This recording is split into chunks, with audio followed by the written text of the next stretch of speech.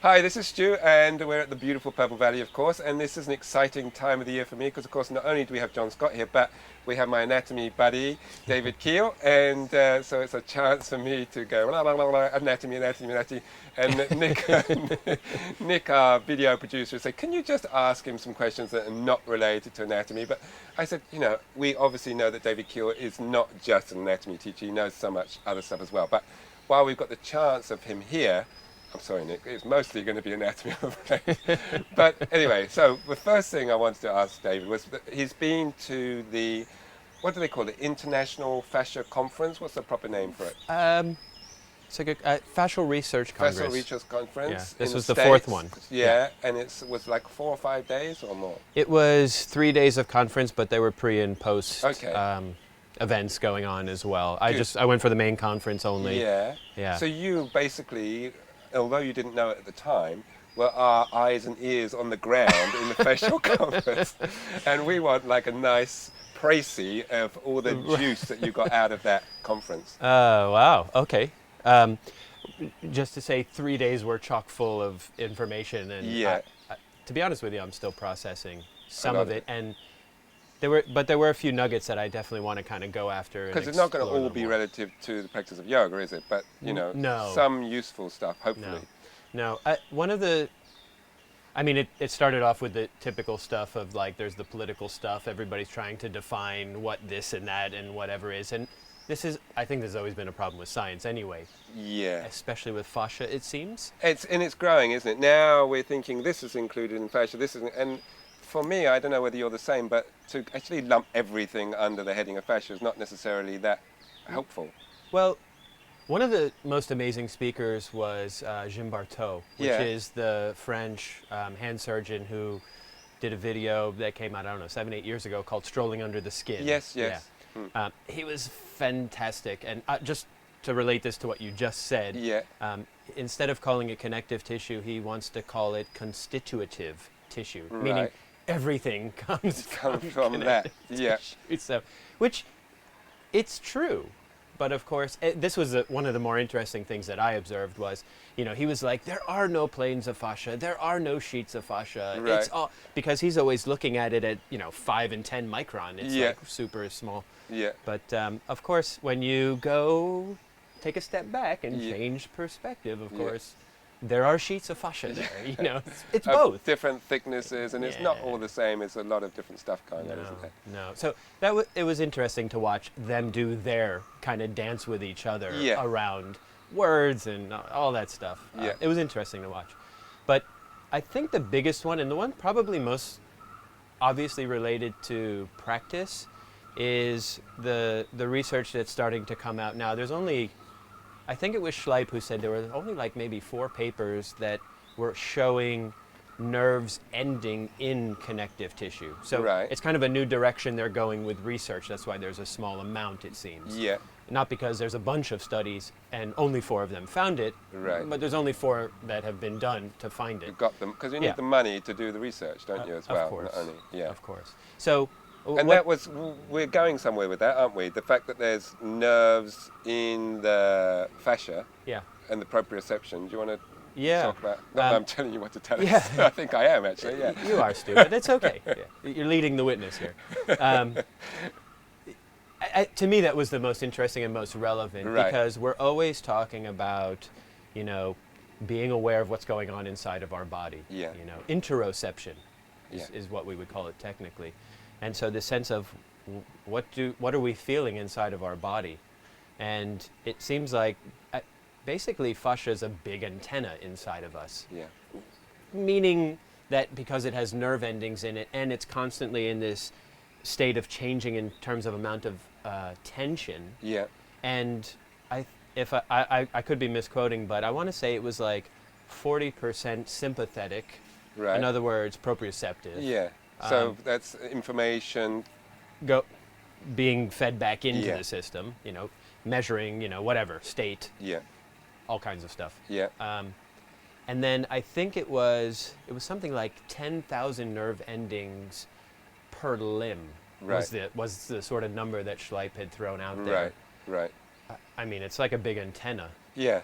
So I mean, but we're used to getting that information, aren't we? As such, where it comes from, okay, we wouldn't necessarily know. So, does it make a difference? It's a mixture anyway. It's not just there. Do you think it makes a difference as to if them telling us, well, you're getting a lot of this information from the fascia, or you're getting it from, let's say you were getting it just from the hairs on your skin or whatever. Right. We're getting information. Does it matter where we're getting it from? Do you think? Well, only in the sense that it's like we could then say, well, how do we maintain healthy fascia? Right.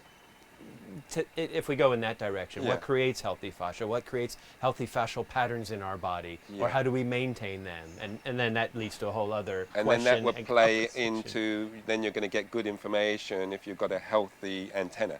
Exactly. Yeah. I think that's the way it would kind of work out practically for us. And so was there information like that to say, yes, okay, to keep your fascia healthy, you need to do this, that, and the other? This was, to be honest with you, it was one of the things about the Fascial Congress that I kind of felt was lacking was, I mean, there was some sense of, okay, here's the information we've discovered and the new insights. Yeah. Is anybody taking that and applying it to treatment, whether it be massage therapy or myofascial release, or because this whole thing really came out of the Rolf Institute. Yeah, exactly. So, and it's gone. It seems to have swung way out into the science world. It's got a world of its own. And so now, I think it needs to pull back a little bit. And I think in some of the posters there was some of that. But in terms of the presentations, to be quite honest, I felt it was really lacking. Right. Like there was one, maybe two. Yeah. Where they talked about treatments that were done on rats and their fascia and that kind of stuff. Yeah. And measurements, but it was minimal, and I would have liked to see more either for yoga or for. Yeah. Most of the people there were massage therapists, physical therapists, and in that. Okay, field. body workers. Yeah. There was a group of yogis there, but definitely. Yeah. And so, from your readings and from your own research on fascia and that sort of stuff, the sorts of things of keeping fascia healthy, I mean, hydration is one that springs to mind for me. Yeah, physiologically speaking, there's that. But I think there's always a nutritional side. Yeah. That's kind of fundamental. Yeah. But I think the other part is moving. Yes. And, we could go off on a little bit of a tangent here with the Ashtanga world, but which is fine. Whether it's good patterns or bad patterns, but I think it's not really whether it's the movement itself, but how you're doing the movement. Right. Like how integrated is that movement? I think it's either that the integrated movement, and by integrated I mean like it's clean and connected and it's smooth, right? Yeah. And then there's control throughout the whole phase of that movement. Yeah. It is either created as a result of healthy fascia, or it is creating healthy fascia, or they're going like this to each other. Yeah. Yeah. And I think it's a lot about how we've been teaching this week is like, how do we refine things and create, my lecture last week was about patterns and generating good patterns in the practice. Yeah. And I think that's what to me, that's what it's about.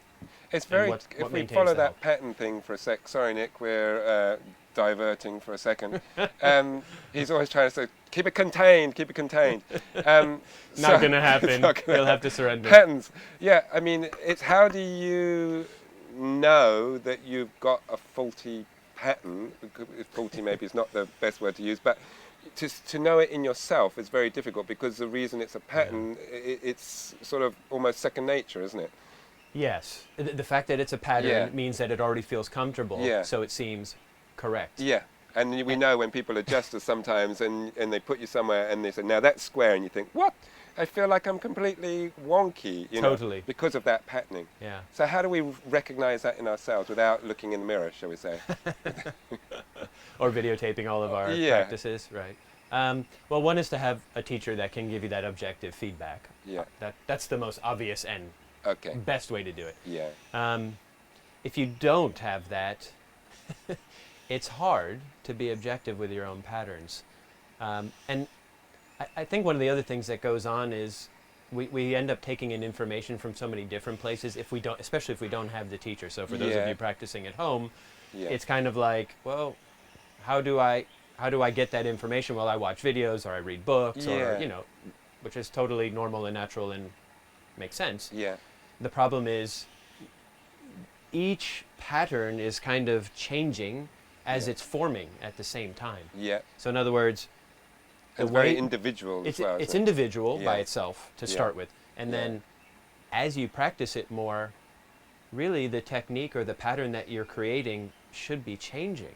Yeah. Like the way you did Marichasana A in your first 2 weeks of practicing Ashtanga should be very different. Not just in terms of the openness. Yes. I'm talking about the way in which you move into it. Yeah. Right? It's got this sort of like, span of change to go with it. So to bring that back, it's this constant checking into like, who am I in all of this? Yeah. Like, what, okay, I heard that. And really trying to check in and be like, does that make sense? Does that work? What part of that relates to me? Exactly. And I don't know that there's a single way to do that. It's just it's difficult. One of the things that we're coming back on topic towards the fascia and saying that one of the things I've read a lot about is the fact that fascia likes variety of movement, So, okay, and we could say, why not give Ashtanga a little bit of a bash, if, because we're Ashtangis, we can do that. Right. It's very linear, shall we say,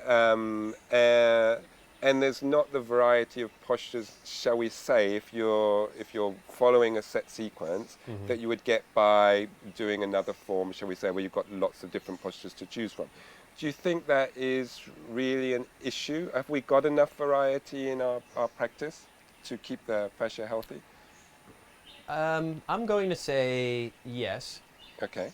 If you look at the totality of practice, meaning primary series, second series, and moving into third series. Okay. So looking at it as a whole. As several decades of work. Yes, it balances itself out. Yeah. I mean, this is an important point because I don't think it was ever intended that anybody really be stuck in primary for 8 or 10 years, even 6 years. Okay. There is a point of diminishing returns and where the pattern does become, let's say, negative. Yeah. Or creating bad patterns inside your body. It's not balanced out. Yeah. And people get stuck in primary for long periods of time. Yeah. And sometimes it's because they can't practice every day, they don't have a teacher. Yeah. Many reasons are there. I don't think that was the intention of the practice anyway. No. The bigger picture is, I don't know that the practice was designed to move every single part of every piece of fascia anyway. Yeah. In fact, I know it wasn't. That was never the point. No. So now we take our Western mind and the anatomy, and I have to be careful about these things. Yeah. In the sense that I'm teaching anatomy.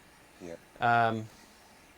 That it has to remain a spiritual practice. Yeah, and it's not that it's not just a physical thing. Right. If we were designing something, forget the spirituality for a moment. Right. And we were designing a particular routine that could be done on a regular basis, it might not be Ashtanga. No. That would keep all of our fascia perfectly healthy all the time.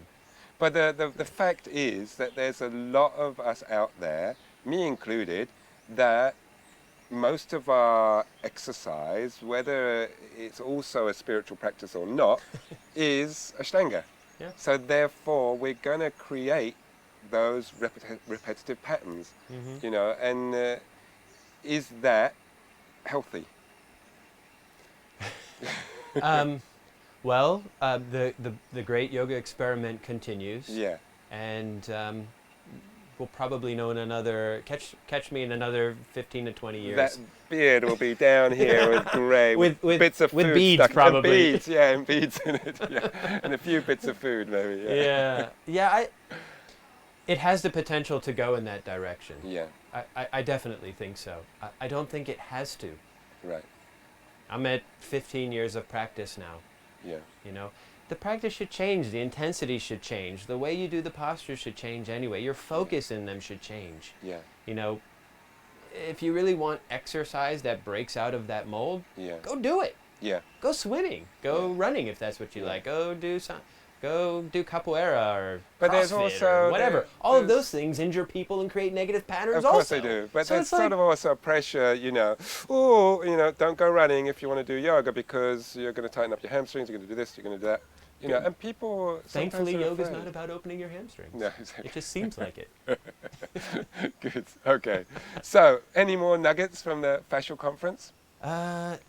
There was an interesting, this doesn't prove of anything, but there were these guys from Barcelona who had done research on, basically on sit-bone pain. Okay. They were researching it from the point of view of course, football players. Right. Soccer for the Americans. Because there's lots of money in that, because it's one of the main, not one of the main, sorry. It's a common sports injury. Right. To tear, and it's usually the long head of biceps femoris. Okay. That's the one that usually gets tweaked when you have a hamstring tear.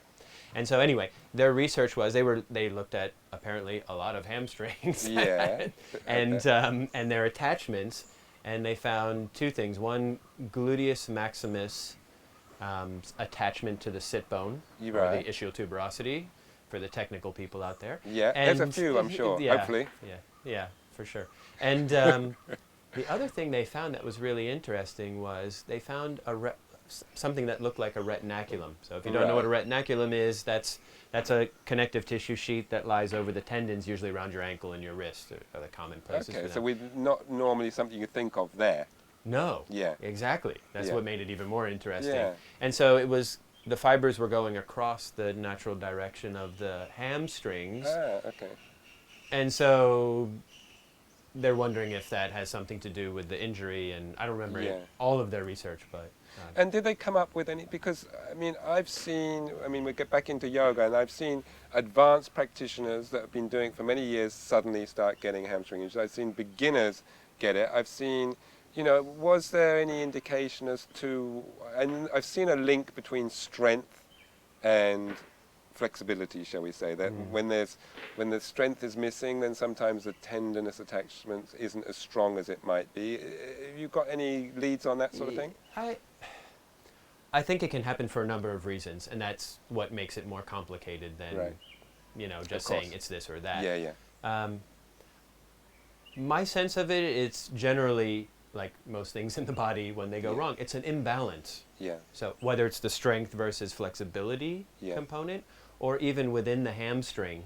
And actually there was another presentation that was about they were measuring the different amounts of tension in the different ends of the hamstring. It was a separate research. Okay.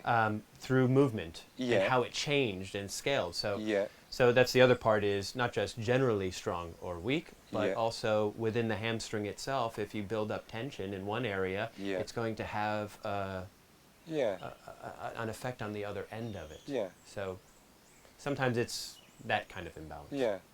And that connectivity that we're thinking of with the fascia now, of running, not necessarily always in linear bands, but like the whole of the back body, the whole of the front body, or whatever. I'm thinking now of some of the dissections that Tom Myers has done. Sure. And that's also quite useful in yoga for having a broader picture, which is sort of what we've always tried to do anyway. It sort of fits in nicely. And just for people to be able to maybe think, maybe not always so isolated and zero in, I've got a hamstring problem, but maybe explore the whole of their back line. Totally. Yeah. 100%. Check your calf muscles, check the bottom of your foot, which is what I often do with people with the hamstring injuries. I do a little fascial work on the bottom of their foot, and I give a tug around their calcaneus and their calf muscles, and the back is easy to get to. And just in general, it's a good idea. If there's a hamstring or a calf issue, do the whole line. And if you've got an insight into, one of the fun things to do is to get a tennis ball, and first of all you try your forward fold, then you get a tennis ball, roll it under the sole of your foot, then you do it again, and all of a sudden you're going a little bit deeper. On that side, and do you have any sort of insights as to, okay, we're working part of that back line, but it's like really quite hard to see the connection. Do you think it could be just a neural response of Well, I don't think it's so. I do this in the workshops, actually. Not the ball thing. I did do that. I did that the first time with Tom Myers in his workshop 17 years ago, probably. Okay, which was really impressive, because the massage therapists, when they fold forward, they're tight as hell. They're not they're not like yogis doing it. But really, the way I say it in the workshops is, well, how does the plantar fascia connect to the calcaneus? Through what? Through connective tissue. What's on the other side of it? The Achilles tendon. Well, how does the Achilles tendon attached to the bone? It's through connective tissue. Well, what's the bone? The bone is really encased in connective tissue. Yeah. So actually, it's a really direct line. Yeah. I think it's more direct. Yeah. The problem is the way we think about things is very segmented. Yeah. Like, as you said, if you have a hamstring injury, look more globally. Yeah, we tend to zero in. So it's the same thing then with the foot. You know, you work the foot, and you probably have an effect. How much is questionable? Could be a neurological response. Could be reflex points. Could be, you know. Yeah. So we don't really know very much. It's all theories. No. It was like they were actually. This is another little tidbit from the Fascial Research Congress was. The DOMS, or delayed onset muscle soreness, right? Yes. So for those of you who still say it's lactic acid, you've been wrong for about 15 years now. I was going to say that's been gone for ages, hasn't it? Ages. Yeah. But it's still said, right? Yeah.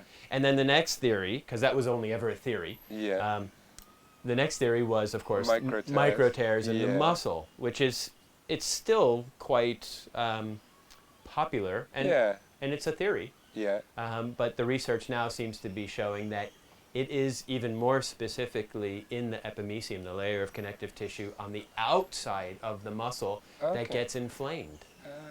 Okay. That's what the research is showing now, so that's the new theory. And in 10 years, we'll have another one, I'm sure. This is what it is. It's just us juggling, trying to understand stuff, isn't it, really? Totally. You know, but then it's trying to take some of that understanding and apply it. Yeah. So is there an area of information or research from this fascial boundaries that you'd like to see to come to the front that you think would actually be useful for us while we're practicing? The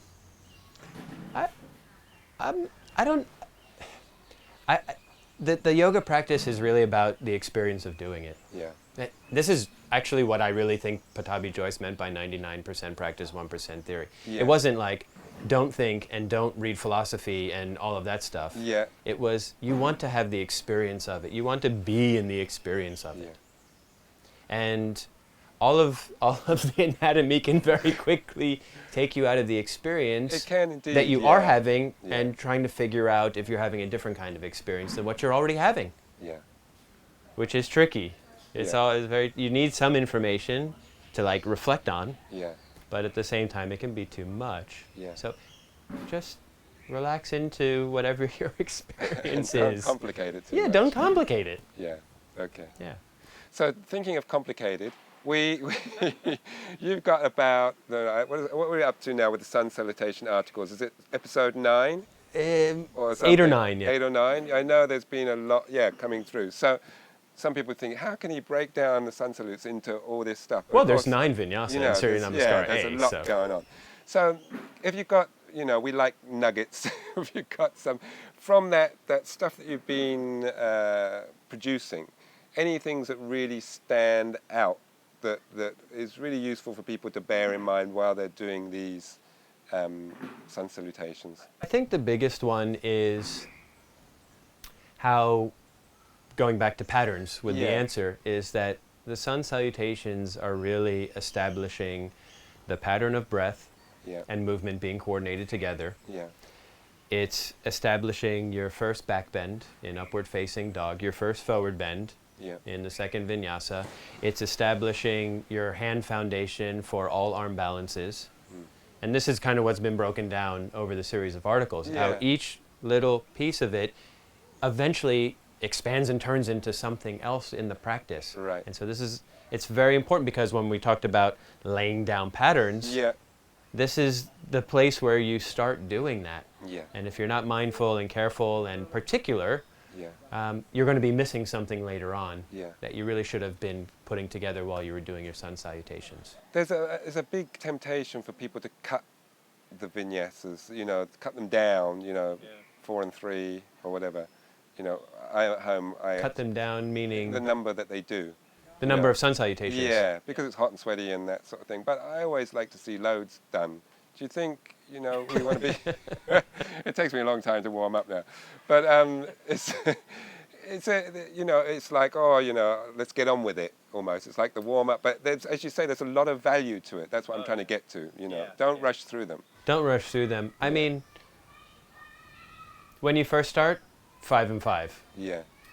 As you become a more advanced practitioner and you've established the patterns, you could make an argument for doing 3 and 3, let's say. Okay. or something like that. But if you've rushed through them and then you cut them out, then it's, I don't think they're really warm-ups.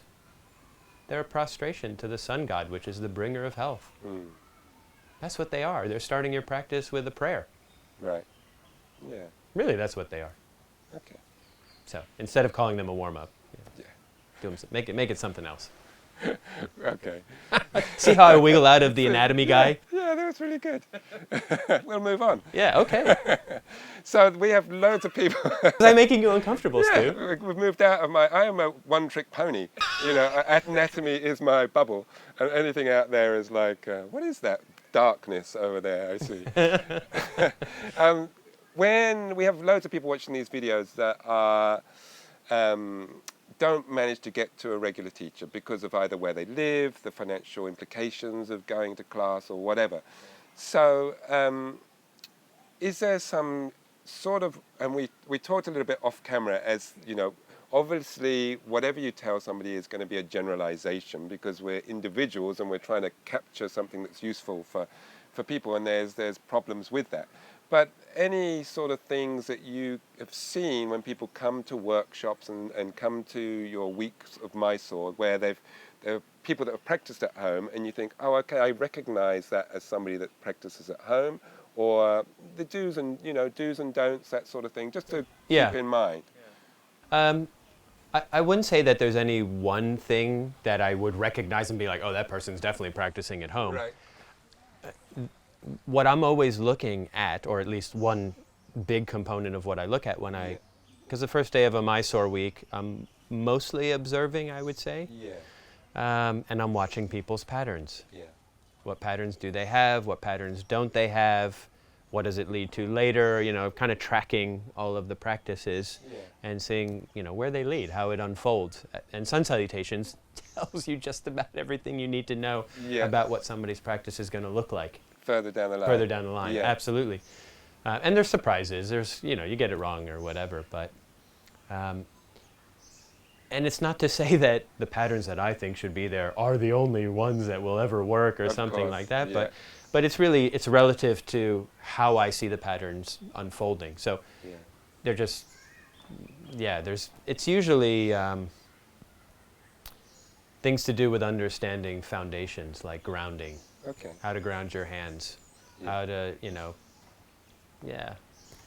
stuff like that. I'm trying to think how many people I know for sure they are only home practice kind of people. I don't know that there's any standout. Okay. It's hard to say. But so just then, for people in general, 3 or 4 things that foundation. Okay, check in on your foundations. Check in on your foundations. Make sure, hands, what are we thinking with hands and feet? Whenever your hands are on the floor, they should probably be pushing into it. Okay. Otherwise, why is it there? Yeah. To hang lightly and dangle and barely touch it? Yeah. Probably not. The other thing that is often missing is the breathing. Okay. Check back in with the breathing. It's really a breathing system with a bunch of postures trying to make it difficult to breathe. It's one way of looking at it. So check in on the breathing. Make sure that the breath isn't getting stopped or stuck at the end of the inhale or the end of the exhale. Yeah. Clean that up. Focus there for a while. A lot of people on the jump back, I'm thinking sun salutes now, the breath stops as they go to jump. Very common pattern. Yeah. Start the exhale just a split second before you jump. Okay. And then you'll be exhaling through the whole thing. Same thing on the jump forward. Yeah. Start that inhale just a hair before you jump in the air, and then you'll probably be able to keep it better. And I've heard something on the jump forward about, maybe only 30% of your inhale as you're in the air and the rest as you land or anything like that. Does that sound good? Sounds okay to me. Yeah. So not too much right from the word go, otherwise you're going to run out. If you suck it all in from the beginning, then it's going to get stuck and stopped by the time you've... And what do you feel then, thinking we'll link now the sun salutes with this breath thing. I see a lot of people, they have quite a calm sun salutes, and then when they get into the practice, the breath changes and it becomes almost twice as quick. Do you see a setting of how do you feel the breath should relate in the practice to the breath that we've got in the sun salutations? Well, I think it's, the ideal would be equal inhale, exhale, and the same throughout the entire practice. Including sun salutes. Everything. Cool. That would be the ideal. I don't know anybody who does that perfectly. Yeah. No. That's the ideal to aim towards. So if you find that it's short, like you can look at David Robson's metronome practice. Yeah. For instance, just to, not because I think you have to do it to like a metronome. Autonomous. But it gives you that sense of relativity to what equal length is and would feel like. Yeah.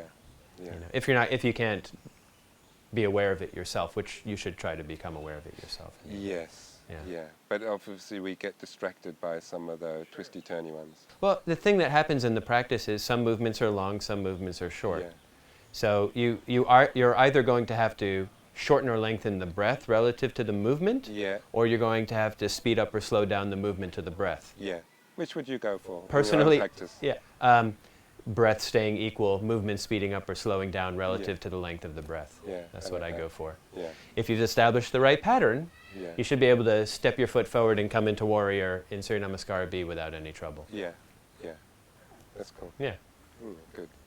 Okay, so changing again, there's been a lot of information over, the last 5 years, 10 years, who knows, more coming to the front about people attributing injuries to yoga, a lot of work coming up from Matthew Rimsky and who was the guy in the Times? Broad. Oh, James. Yeah, and, quite a bit coming to the front about that sort of stuff. And it's a worry for some people, and also for others, it's a revelation that you could actually get hurt doing yoga.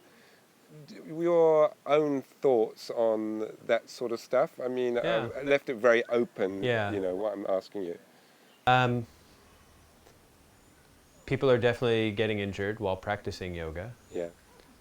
All injuries that come within the yoga practice are not necessarily just from the yoga practice. Yeah.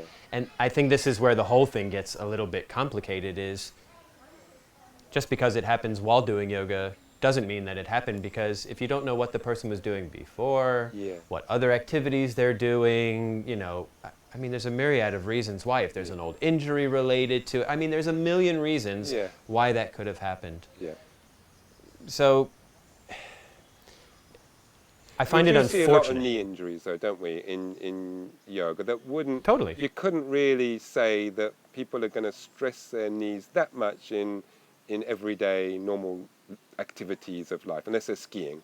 A normal office worker, a normal person that lives in the city or whatever. So when the James Broad article came out, I looked up sports injuries for a whole slew of activities: tennis, football, soccer, cycling, the whole thing. Yeah. And it was very easy to find. Didn't take me very long. Yeah. There's a beautiful list. Injuries related to these things and percentages and all that kind of stuff. And what you find is people get injured doing all activities that are physical. Yeah. Oh my God. How bizarre. So since you brought up the knee, of course, there might be particular types of injuries that are more likely to occur based on the type of activity you're doing. Yeah. We could go on a long tangent about knee injuries in particular. I think we did that a couple of years ago. Go watch those videos. The other thing that goes on is one story happens. It's like if I use the William Broad stuff. Okay. There were these examples of, it was like somebody died or had a stroke or something like that in a shoulder stand. Yeah. That's like 1 in a million. That's not then, everybody should be worried about getting a stroke while they're in a shoulder stand. Yeah. Depending on your body, how it's put together, what your strengths are, what your weaknesses are, bone shape, all kinds of stuff. Yeah. It's possible that shoulder stand is not for you. Yeah. People drop dead on the bus, and it doesn't mean you're not going to take the bus anymore. Exactly. So there's a lot of that going on, but it's not. I don't want to kind of throw the whole conversation out as a result of that. I don't think it's a great starting place for it. No. But that's where it started anyway, so it's fine. The awareness that it's bringing up, though, I think is good. Whether some bits are overplayed or not, or the intentions behind it or whatever. But just general awareness that people need to look after their bodies, and that even though it's yoga, you can hurt yourself. It's not can be a spiritual practice, but it's not going to protect you if you're silly. Yeah, it's not a panacea for everything. I don't think it ever was. Yeah. Not the asana practice. Yeah. If you're practicing samadhi practice, then maybe you have no more problems. Right. Suffering's ending. Right. Then everything's fixed. Right. But the asana wasn't designed to just be a curative for everything. Yeah. To me, the health benefits were always a side thing or a secondary effect of doing a practice anyway. That's my understanding. Yeah. Not that you couldn't use it therapeutically, in that Ayurvedic sense of doing certain pranayamas or certain asanas or something like that. But I think the word awareness is critically important, and I'll change it a little bit. People need to take responsibility. Right. For their own body, for what's going on in their body, for the instruction that they're getting as well. Of course, the instructor has a role to play in this as well. Yeah. And I think the good that might come out of the whole conversation is increased education in general, which bodes well for anatomy guys like us. Because that's probably where they're going to go to figure this stuff out. But, or Google, one or the other. Yeah, which they'll find us. In terms of responsibility, I think what often happens, we kind of talked about this in terms of like the home practice, for instance. Most injuries happen when you're not being yourself and you're trying to be some other person. Right. And all of the instructions I give they somehow formed out of my own experience. Yeah. Now, as it turns out, my body, when I arrived to yoga, was kind of in the middle, not particularly flexible, not super tight. Yeah. And it kind of like went from the middle outward in both directions. Yeah. Then I have the anatomy knowledge, so I then can see people more objectively. Yeah. So when I'm teaching that person as they are. Yeah. And not just saying, this is the way you do it because. Yeah. There's always room for you being the exception to this general way that I teach thing or approach something. And when people are not being themselves or trying to copy something that they saw, of course the likelihood of injury goes up. Yeah. Yeah. It just does, unfortunately. So some obviously guidelines for people that are practicing and it's really like tuning in. Yeah, is that coming back, as you said, to awareness all the time, that don't put up with pain, don't sort of... No. Use pain for what it was designed for, which is a yellow or a red flag going up saying something's not really right here. Yeah. And do something about it, and don't just believe that the practice is never going to hurt you or that it's going to fix every problem as well. It can easily exacerbate other problems or problems that are in existence. Sometimes it gets rid of them. Sometimes it adds them on. Yeah. And so then say, if you stopped practicing every time you got an injury, not necessarily from yoga itself, but just tripping. I mean, we've had a guy here, fall off the bike or trip on the path or whatever, you get something. Also, we get, other things, we wake up with a stiff neck or whatever. There's going to be, if you stopped every time you had something, you'd never be practicing at all, would you? Hardly at all. If you're particularly, some of us are clumsy. If you're that accident prone, then you might have other problems going on to deal with. Yeah. So what's the guidelines for practicing with something? Modify. Should you? Yeah. I mean, I watched it happen in Mysore. Yeah. I know a girl, she fell off a scooter and slightly tore her meniscus and her ACL, and she was in a brace. Right. And after 5 or 6 or 7 days of laying around, she decided to come back to the shala. Nothing was really broken. It was just everything was very mild. Yeah. She wore the splint. Yeah. They let her practice. Yeah.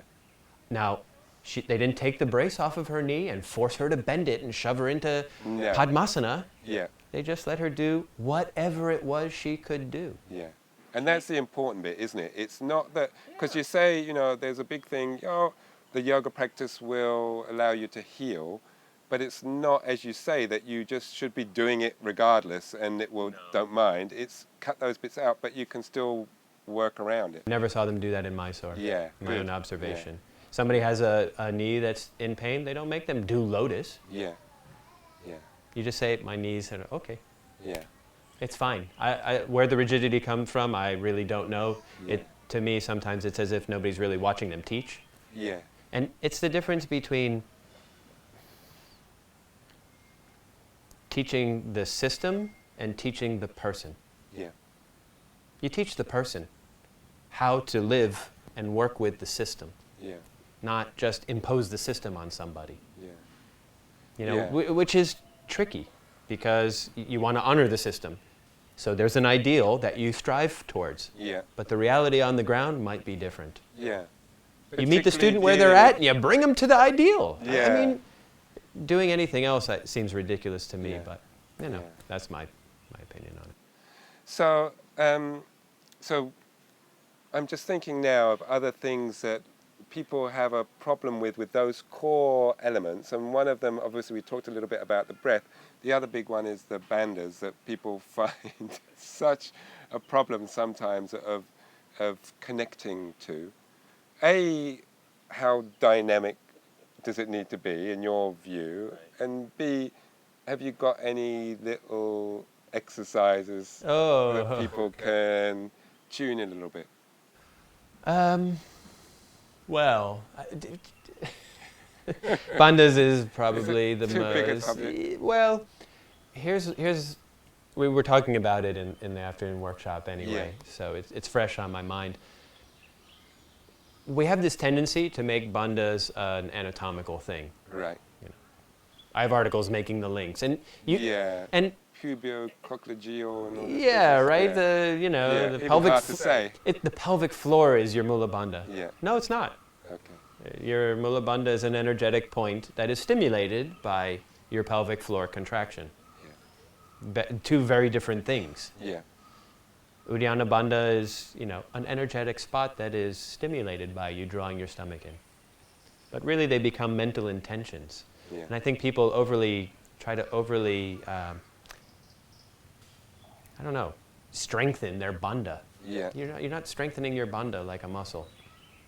You're strengthening a bandha by mental intention and focus and concentration. Yeah.